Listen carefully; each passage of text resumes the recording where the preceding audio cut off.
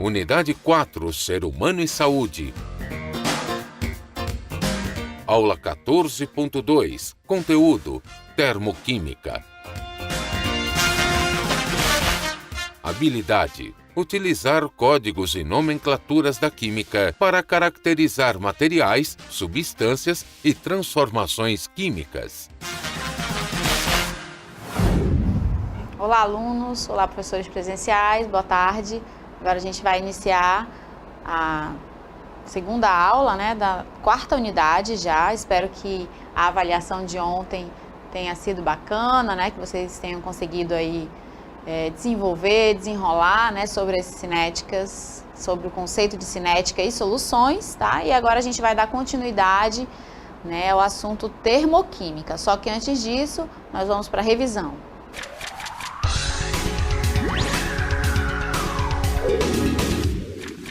Bom, então a professora, né, iniciou a aula falando aí desses conceitos da termoquímica e principalmente a diferença entre processos endotérmicos e exotérmicos. Vamos dar uma olhadinha aí na diferença mais uma vez, né? Então a termoquímica é a parte da química que estuda as quantidades de calor que são liberados ou absorvidos durante uma reação, tá? Então toda reação, né, ou ela libera ou absorve calor, tá, gente? Só existe essas duas possibilidades. E o estudo da termoquímica é justamente para isso, para tentar determinar quanto de calor foi liberado ou absorvido. Então, existem esses dois processos, né? O exotérmico, que é aquele que libera calor, e também o ambiente onde ocorre esse processo, ele fica quente, ele é aquecido, por isso que a gente sempre dá o exemplo das reações exotérmicas, como a reação de combustão, né? Reação de queima. E nos processos endotérmicos, são aqueles que absorvem calor, consequentemente o ambiente onde ele ocorre se resfria, tá? Aí eu trago uma reação para vocês, um exemplo, né, de reação endotérmica. Pode passar.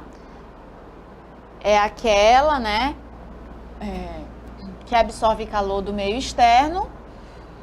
É necessário para que essa reação ocorra o fornecimento de calor, e eu trago como exemplo a fotossíntese. Nesse caso aqui, para a reação ocorrer, né, é necessário aí esse fornecimento de calor. Já no caso da reação exotérmica, eu também trago um outro exemplo para vocês. É aquela que libera calor para o ambiente, né? Então, por isso que o ambiente vai ficar aquecido. E aí eu trago como exemplo para vocês a queima do gás de cozinha, essa substância aqui, ó, C3H8. Toda reação de queima, ela precisa de um combustível, que no caso aí é o gás de cozinha, e de um comburente, que, como a professora Darlinda falou, sempre vai ser o oxigênio, tá, gente? Agora nós vamos dar uma olhadinha no nosso desafio do dia.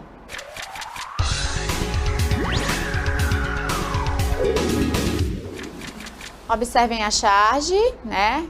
Tem duas espigas aí de milho.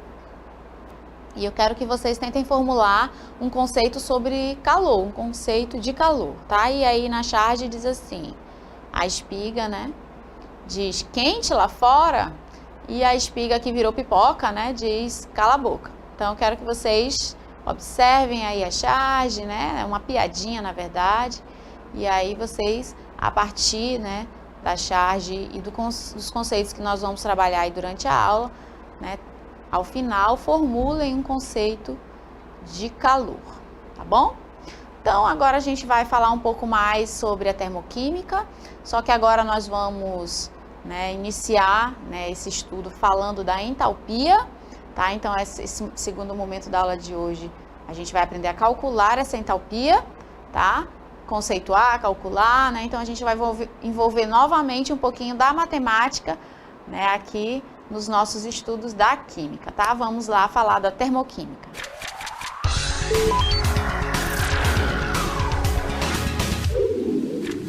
Bom, gente, então hoje eu vou começar a aula aqui desse ambiente onde vocês, né, estão me vendo, que é um ambiente de academia, né, onde se realizam atividades físicas, né? As pessoas vêm para cá para correr, né, fazer esteira e outras atividades e, consequentemente, ter um gasto de energia, né, gastar energia. Esse é o processo Isso é o que as pessoas vêm fazer nesse tipo de ambiente que vocês estão vendo aí.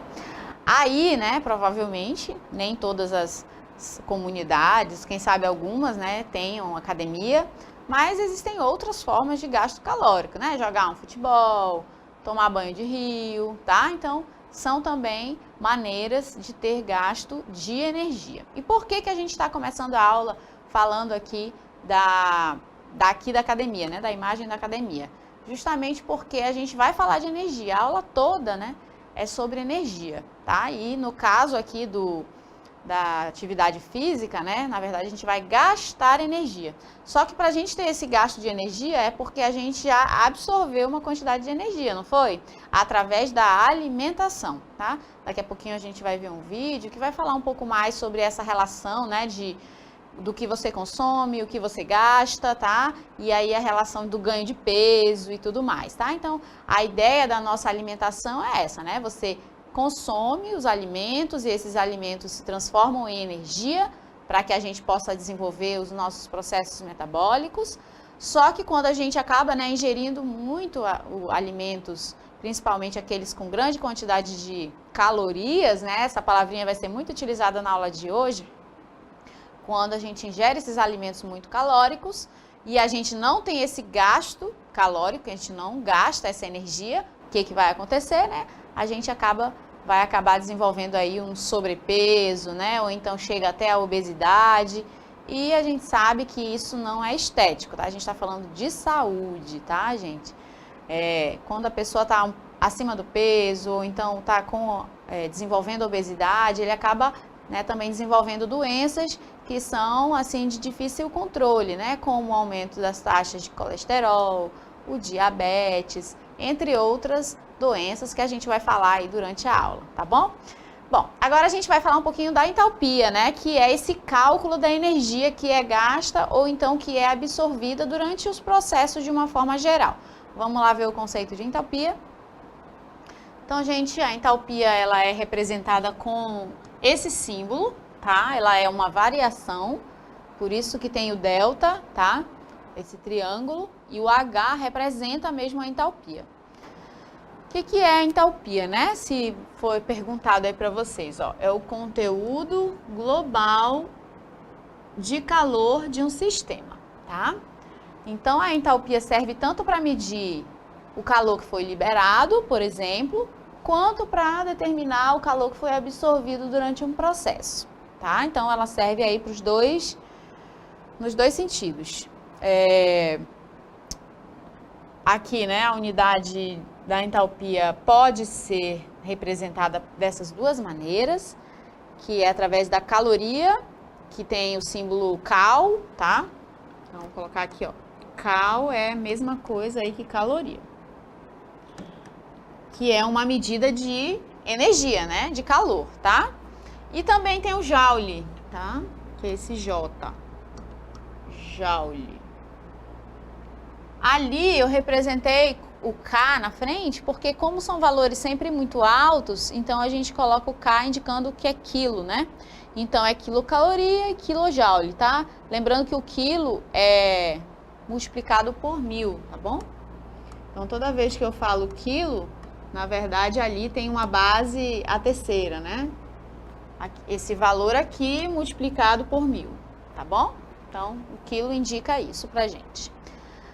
Bom, a variação da energia de um sistema, que é chamada de ΔH, né, como eu falei para vocês, pode ser calculado a partir dessa equação que vocês estão vendo aqui. Olha como é uma equação bem simples, tá, gente? É uma subtração.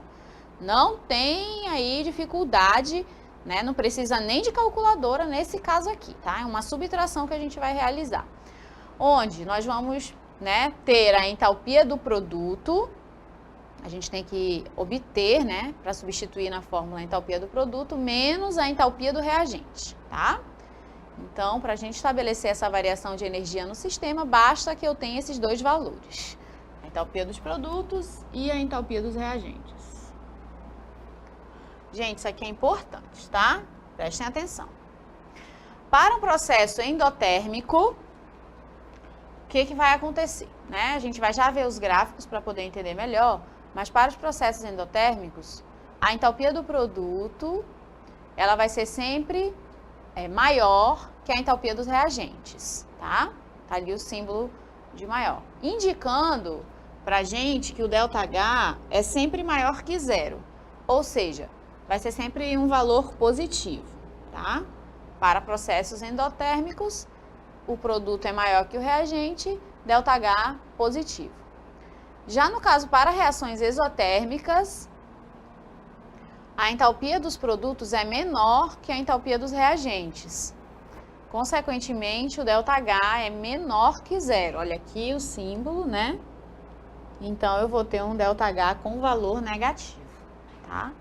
Então, é dessa maneira que eu vou conseguir identificar se a minha reação absorveu calor ou liberou calor durante o processo, tá? Agora, a gente vai olhar o primeiro exemplo para a gente poder compreender melhor, tá? O exemplo, aí.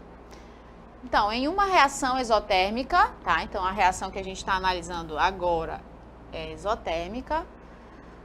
O H2, o valor da entalpia 2, né, que é dos produtos é menor que a do H1, de modo que o ΔH tem um valor negativo.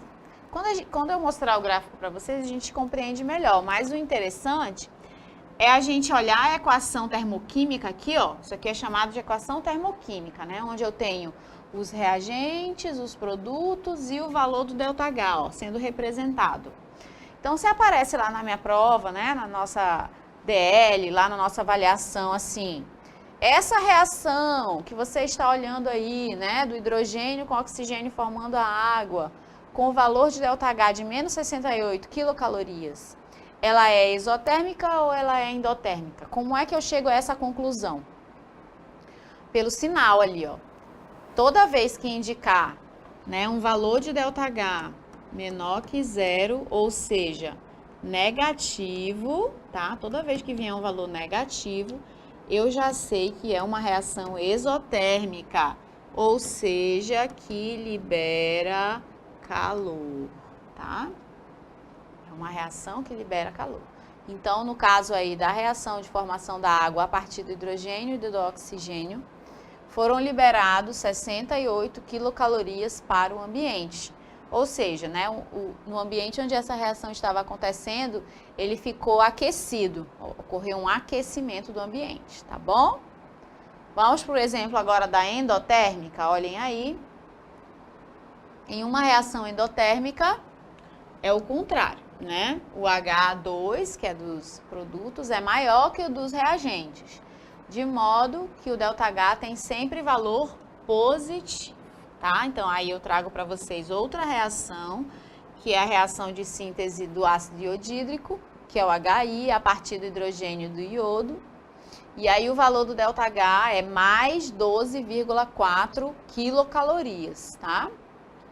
Professora, quando o professor de matemática, né, explica pra gente sobre o valor de alguma coisa, ele diz que não precisa colocar o sinal de positivo, né? Quando não tem sinal é porque é positivo. No caso aqui do ΔH, tem que aparecer o maisinho na frente, tá? Tanto o negativo quanto o positivo, eles têm que aparecer, porque os sinais, eles indicam pra gente se ocorreu liberação de calor ou absorção de calor, tá bom? Então, nesse caso aqui, o sinal de mais indica que a reação é endotérmica, né? Ou seja, para que ela ocorresse, foi preciso absorver calor do ambiente, né? Então, absorver o calor do ambiente. Então, consequentemente, nessa reação aqui que vocês estão vendo, no sistema onde ela ocorreu, ele resfriou, tá? Houve um resfriamento do sistema em 12,4 quilocalorias, porque foi retirado do ambiente esse valor de energia para que a reação acontecesse, tá bom? Então, tá aí a diferença quando se trata, né, da análise aí das equações termoquímicas. Então, é dessa maneira que vocês vão identificar quando um processo é endotérmico ou exotérmico, pelo sinal do ΔH. Toda equação termoquímica, ela tem que mostrar para você o valor do ΔH, para que você possa determinar se aquela reação libera calor, exotérmica, ou absorve calor, endotérmica, tá? Bom, agora vocês vão ver um vídeo feito pela professora de biologia, Gisele, onde ela explica um pouco mais, né, sobre essa relação aí do excesso de gordura no nosso corpo, né, como que ele se dá, como que ele se forma e quais são aí os principais prejuízos para o nosso organismo, tá? Vamos dar uma olhadinha no vídeo.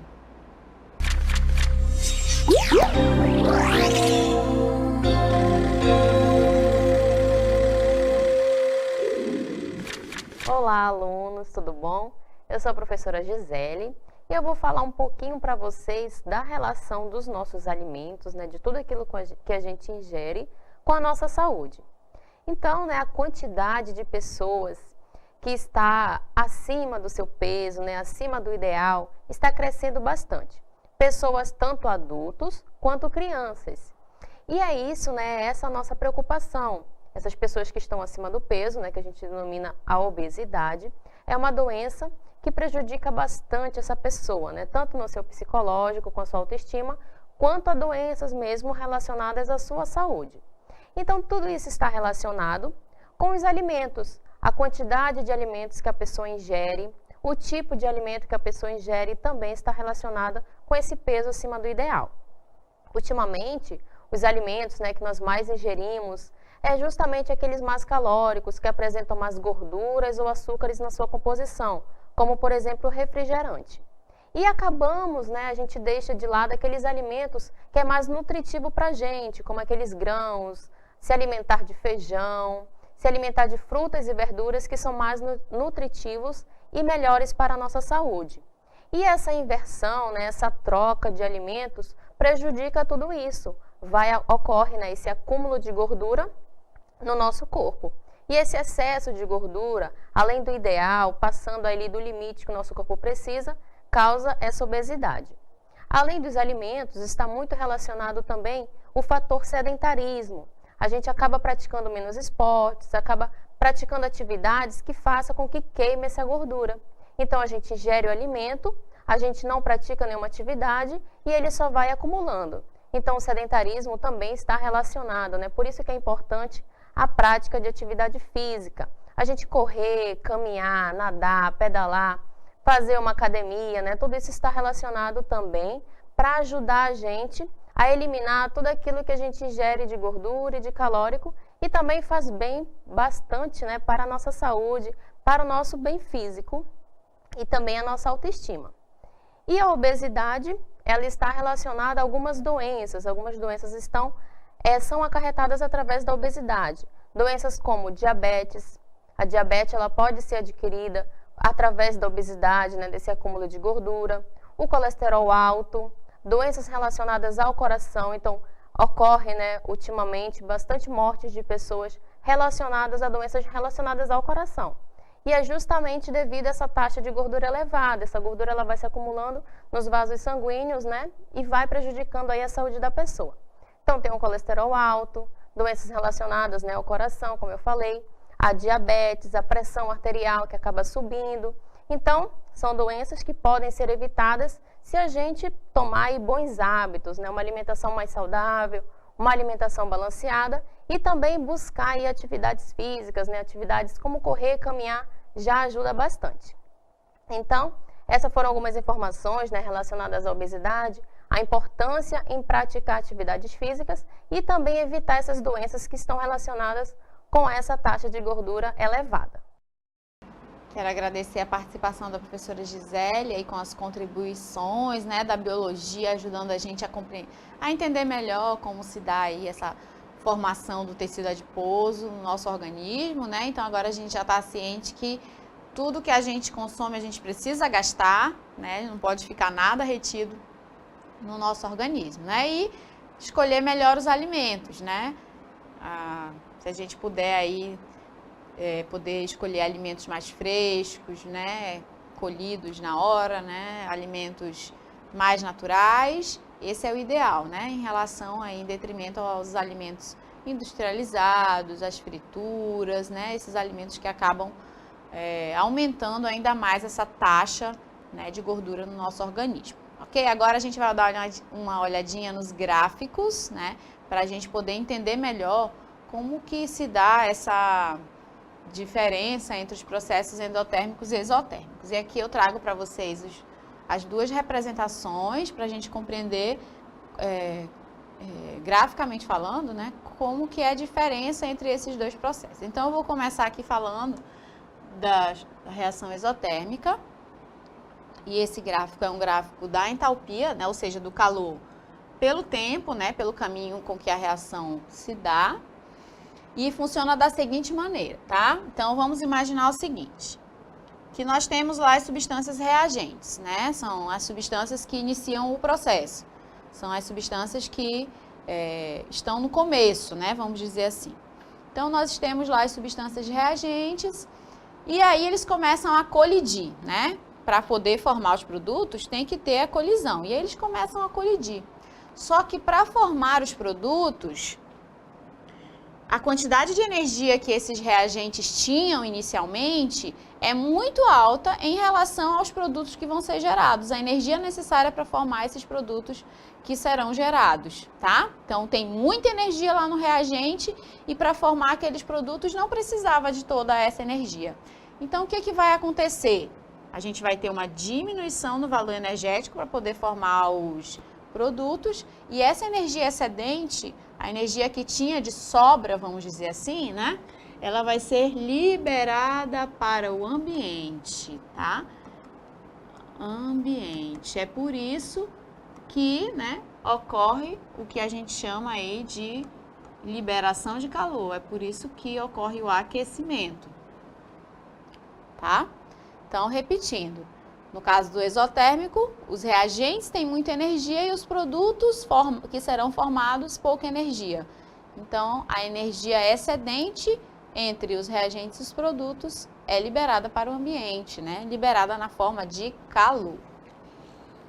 Agora eu vou falar para vocês das reações endotérmicas. O gráfico é o mesmo, né? De entalpia pelo caminho da reação. E aí, no endotérmico é o contrário. Os reagentes estão aqui, ó, nesse patamar, né, de energia, um patamar inferior, pequeno, ou seja, a quantidade de energia de reagentes é pequena.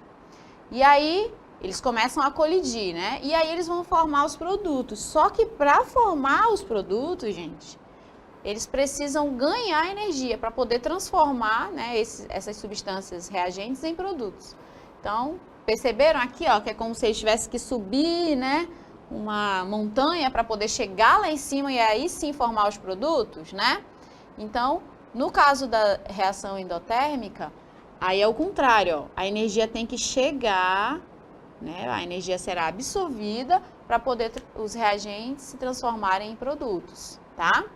Então, a energia é retirada do ambiente, por isso que ocorre um resfriamento do ambiente. Então, ele retira calor do ambiente, aplica esse calor na reação, os reagentes colidem e se transformam aí sim nos produtos, tá? Então, essa é a diferença, graficamente falando, dos dois processos.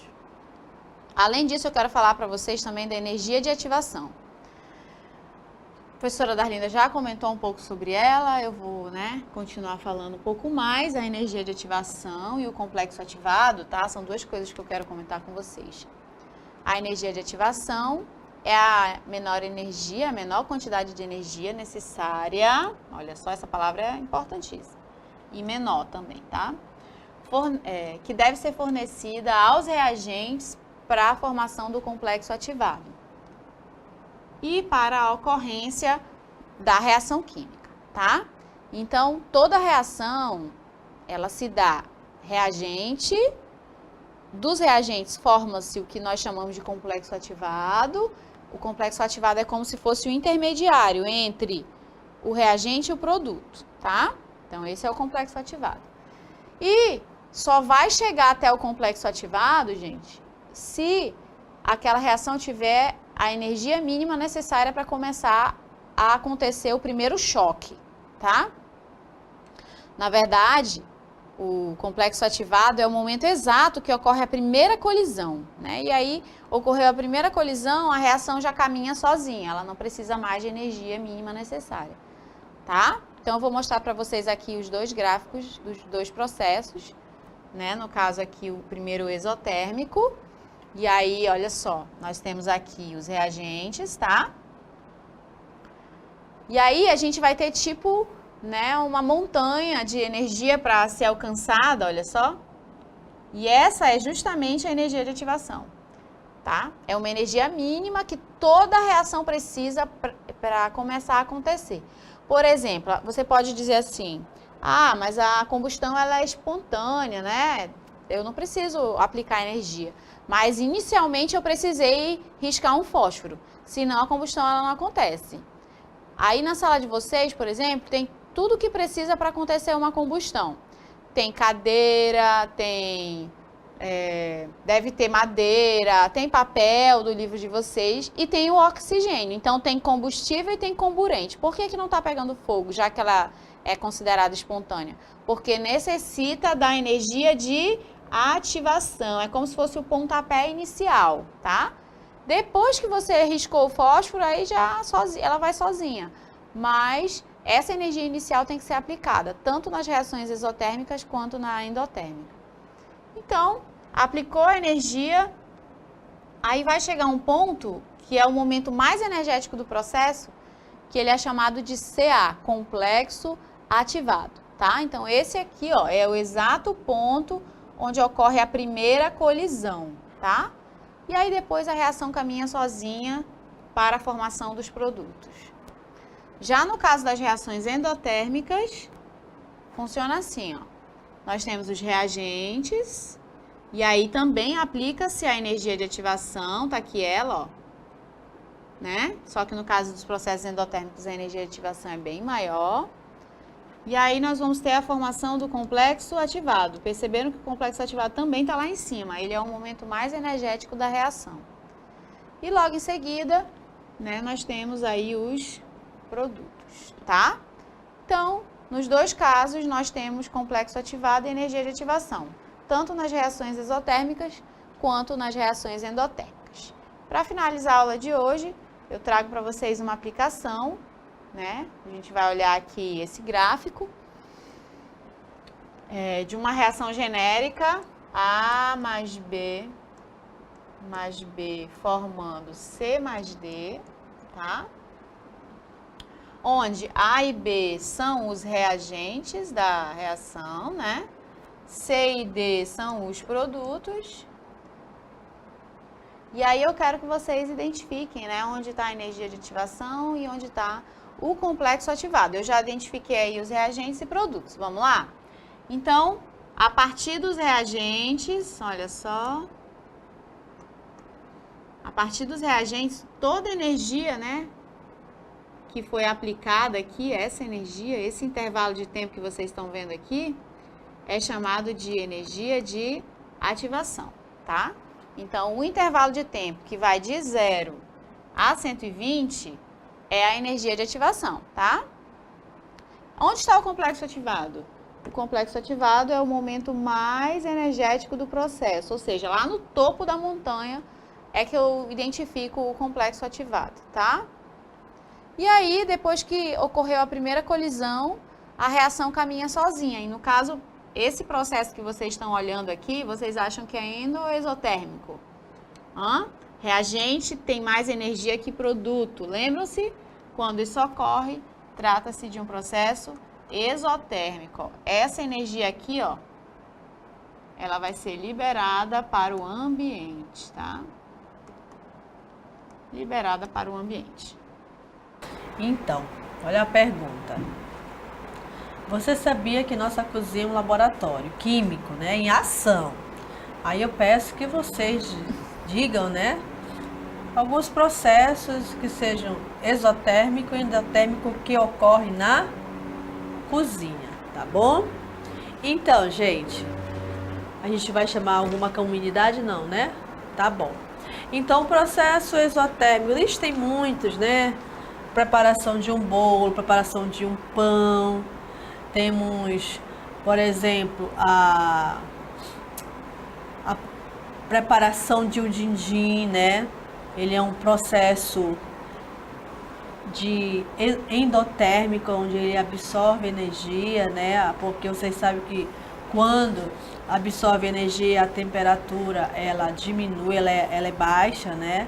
Então, vários processos nós fazemos no nosso cotidiano, né? Exotérmico e endotérmico. Ele ficava livre e você aí podia dizer, né, à vontade, que você já observou, né, através dessa aula, tá? Era livre, ok? E no segundo desafio da aula de hoje, vocês tinham essa charge, pode colocar, onde, né, a charge era sobre o calor, para formular um conceito aí de calor, né? E aí na charge é uma conversa das duas espigas, onde uma delas se expôs ao sol, né? E aí a outra pergunta, tá quente lá fora? E ela, né, fica chateada e diz para calar a boca.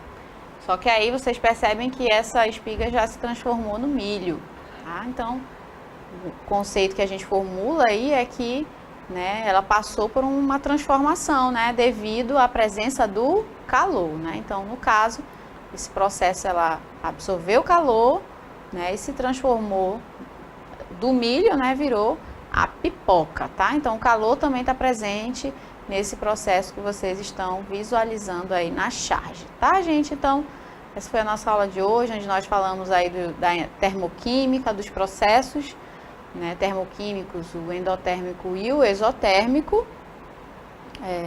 Também falamos da entalpia, né, que é a maneira de calcular esse calor que está sendo liberado ou absorvido, tá? Amanhã é feriado, né, a gente não tem aula. No sábado vocês têm aula assíncrona, né, e aí a gente se vê na segunda-feira, tá bom, gente? Tchau, até segunda. Até segunda, bom feriado, tá bom?